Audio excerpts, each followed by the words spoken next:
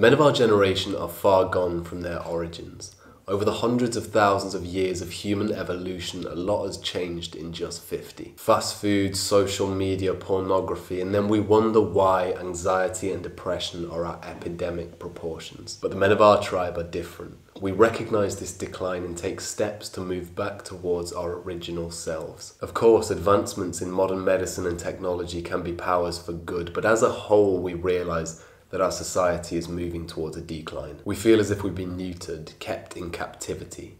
Things need to change. Which one do you want to be, bro? The degenerate zoo animal or the free man? If you can watch this video from start to finish, then I'll teach you 10 actionable ways to move closer towards your kind of original self, how evolution intended you to be. If you can incorporate every single one of these 10 actionable steps, then this might be the most powerful video you've ever watched. I first kind of came up with this concept back when I was in school. I actually wrote a shitty book on it that's like, it went on Amazon and like 5 people bought it and then I got some shit reviews and I took it down. But basically, the concept is pretty simple. Humans have been around now for about 100, 200,000 years, I think. Maybe it's somewhere in between, like 150,000.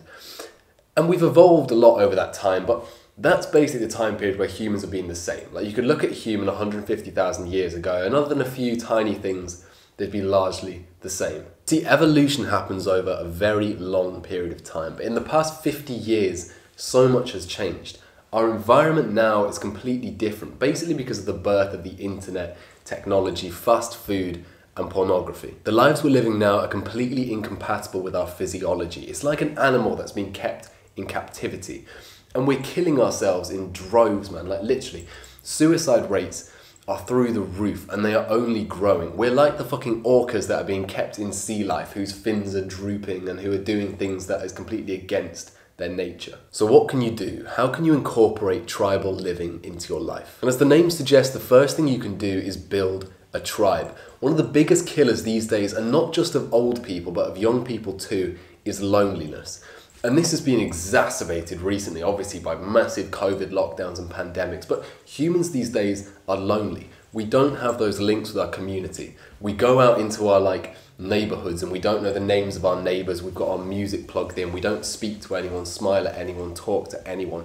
We live isolated existences. So build a tribe, bro. That is the first step and it is an easy one. A lot of you might already have your tribe, but if you do, grow closer to that tribe. Build a tribe of friends, family members, your partner, whoever. Just get people in your life that you are close to and that you love. Just build love and community, bro. Like when you go out next, take out your headphones, just look at people, hold eye contact, stare at people that you pass, not in a creepy way, but in a nice way. Smile at them. The old lady walking her dog, give her a smile. The security guard at your local Tesco, say hi to him when you go in, say thanks when you go.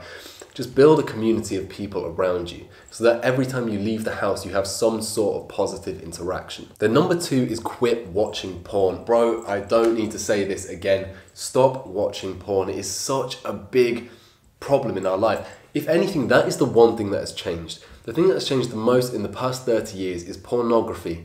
Due to the internet, has become so easily accessible. And then that's the thing, is the script, the current thing that we're taught is that porn is healthy. Teachers come into schools, genuinely. I remember I had a talk at my school one time with some fucking sexual health doctor who was genuinely talking to a room of 150 guys that porn is good, that it is healthy, that it is good, and that it is good for your prostate health and all this shit, and maybe ejaculation is, but porn isn't. That's the point. I mean, porn basically tricks your brain into thinking you're having sex, and the brain is so powerful. It's the most powerful tool you have at your disposal. So why are you tricking it? When you tell your brain you're having sex every single day, because that's basically what you're doing, you lose your sex drive. You lose the thing that is the most powerful thing you have as a man, your sex drive. When you cut out porn, you start boosting your sex drive through other methods, your life changes. You get increased testosterone, increased energy. It is your body's purpose of existence starts to its gears start to move, basically is what I'm trying to say. When you cut out porn, when your body actually thinks that you need to be having sex, your life changes. It boosts your test, it boosts your energy, it boosts your confidence, it boosts so many things just because it wants you to have sex. It wants you to complete your life's purpose. The proof is all there. All you have to do is stop now. Stop jizzing away your life force, bro. And then in the same kind of vein is cut out so much of this unhealthy shit that we do. Cut out vaping, smoking, drinking, smoking weed with your mates. Just quit all of it. Because none of them are healthy, and some of them might only be slightly unhealthy, like maybe like having a couple cigarettes a day or smoking weed once a week might not be that unhealthy in itself, but the thing is you're doing them all. And when you have all these cumulative bad habits, you're eating fast food, you're drinking, you're smoking, you're vaping, you're doing drugs, all of these together has a huge cumulative impact on your life. You don't realize how bad it is for you until you stop all of it. They're used as a crutch in this society to kind of avoid the uncomfortability of it all. People are dissatisfied with their lives, and so they turn towards these meaningless things, these things that harm them in the long run. So quit everything. Just face the discomfort itself, bro. And it sounds hard, but that is your role as a man. Look your meaningless existence in the eyes and create something of it, rather than distracting yourself from it. Then number 4 is have some solitude in your life. Maybe the one biggest difference between us now and our ancestors is how connected we always are. I mean, you probably don't have a real moment of solitude in your day-to-day life, except for like your sleep. You've always got your phone on you, people are always able to text you or call you, it's always flashing up.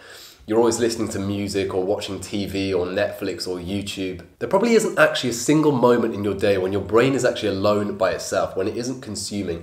And I don't even mean just watching things. Like, even if you have your phone with you, just the ability that you will get a notification at some point, someone will text you or call you, is just something there that it doesn't let your brain think properly. It's like having a time bomb in your pocket that, like, whenever you're in a process of thinking, it could flash instantly and all that is gone. All your focus is destroyed. Your entire flow state is destroyed. The original man lived a totally different life. They were only distracted by important and life-changing things. They'd go out on the hunt and they'd see a lion and their stress levels would spike.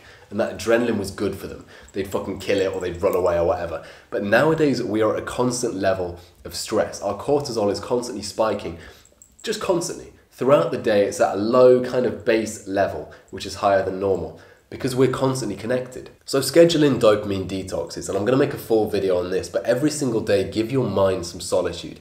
Give it some alone time. Kind of linked to that is go analog. This is another great tip, but our phones are really powerful tools, right? But they do too much these days. They have notes, they've got your calendar, they've got your emails, they've got your fucking camera on them.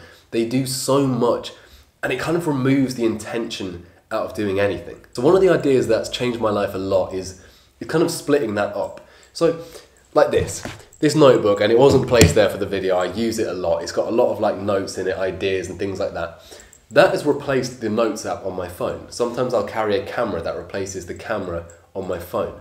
There's just a very important part of like taking something out that's designed for one specific purpose and using it for that purpose. It creates intention. When I get out my journal, I know that I'm going to be writing. I'm going to be writing down ideas, feelings, emotions. When I pull up the fucking notes app on my phone and then a Snapchat pings up or whatever, I'm ripped out of it. There's no intention left anymore. And then another big one is harness the power of your computer, bro. Like, your phone is supposed to be this portable tool.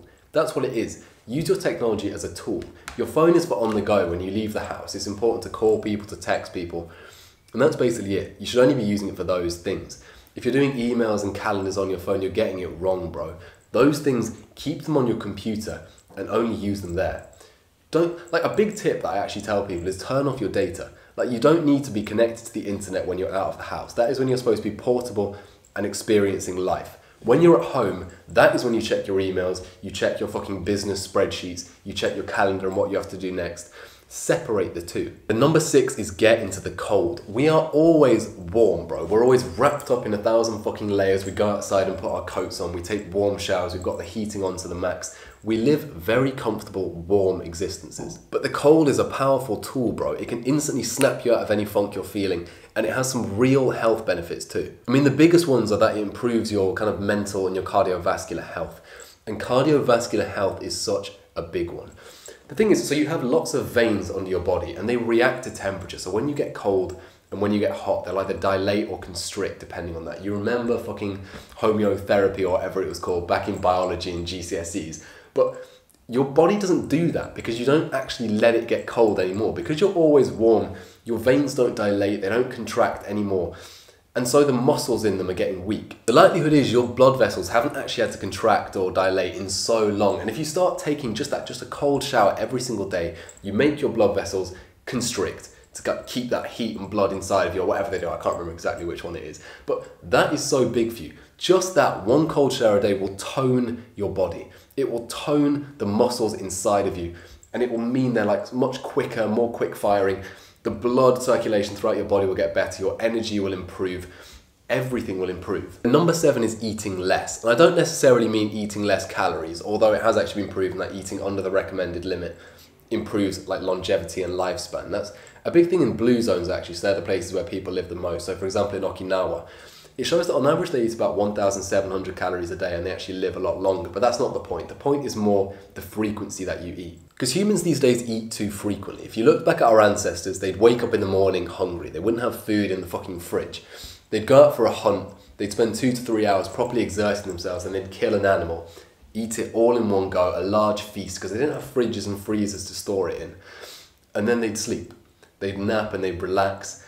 And that is how their like kind of eating routine would go. These days though, we wake up and we graze. We're constantly eating all the way throughout the day. Whenever we feel the slightest bit hungry, we go to the fridge, we get a fucking snack, then we have lunch, then we get a snack, then we have dinner, then we're snacking right up until we fall asleep. We're like fucking cows, bro, just grazing on grass all day long. We're not like the men that like originally existed who had to hunt and kill and gorge. And so the easiest way to do this is intermittent fasting.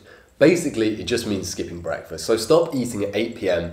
and start eating again at 12 p.m. You're basically just eating lunch and dinner.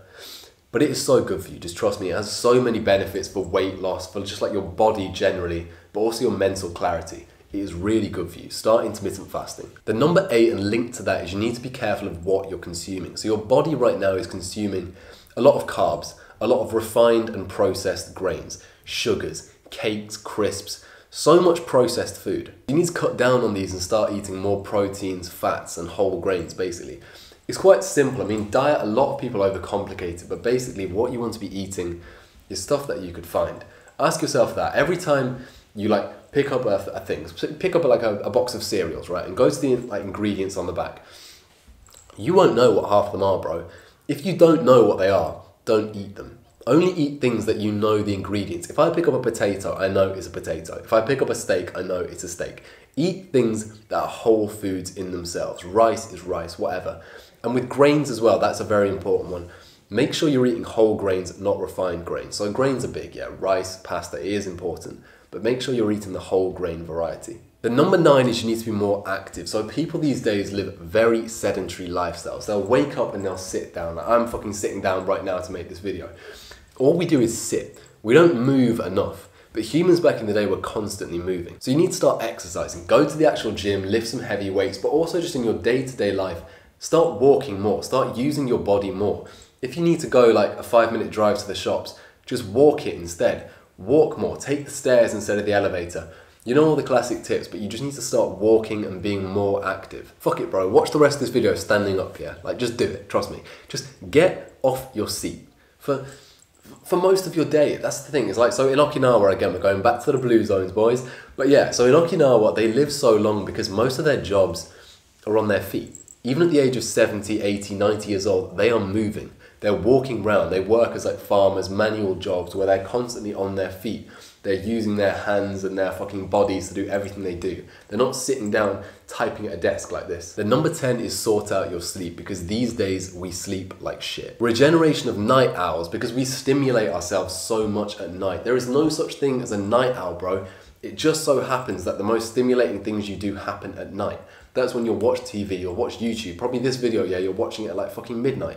You'll be eating food. Stop stimulating yourself so much at night. Now, it's such an easy tip, but no one does it. Cut out your computer and your technology 2 hours before bed. At 8 p.m, say no. Just put your fucking phone away, or if you got your phone up, put it on grayscale, low brightness, and stop using your computer. Just stop putting blue light into your eyes, because that makes your brain think that it is daytime. It keeps you awake, and so of course you can't sleep. Then in the mornings, wake up, rise with the sun. One of the biggest tips I ever did on self-improvement was leaving my blinds open 24/7. So don't close them to go to sleep, leave them open. Then in the morning, when the sun rises and that natural light starts pouring into the room, wake up with it. And then the first thing you want to do, as we've said in so many videos, Andrew Huberman's tip, first thing you do, go outside and let sunlight directly hit your skin, not through a window, Let the radiation, the UV, hit your skin and your eyeballs, the first thing. And then number 11, and it's kind of a bonus tip, it's a part B to the last one, and we kind of spoke about it, but is invigorate yourselves in your mornings. So I have this concept of playing the battle drums, and it basically means your mornings, your morning routine. Too many people these days, their morning routines are slow. They're about a slow incline. They'll meditate, they'll drink a cup of tea. And I'm not saying there's anything wrong specifically with those things, but invigorate yourself and energize yourself in the mornings. Take a cold shower, step outside, play some loud, heavy, bassy music. Just wake yourself up in the mornings properly. Don't go for the slow incline, go for the fucking spike. So anyway guys, thanks for watching the video. Leave a like and a comment, you'll find those right below the subscribe button. And join the Discord. It's full of young men just like yourself who are trying to grow themselves, who are on this same self-improvement journey. Get onto there and talk to me and the other guys about your self-improvement journey, about how you're trying to improve yourselves, about the struggles that you're going through. Also, recently I've started doing calls, so go back to the description, find the application form and fill in your preferred date and time for a free one-to-one, fully confidential call with me. Anyway, see you in the next video. Manifest excellence. Goodbye.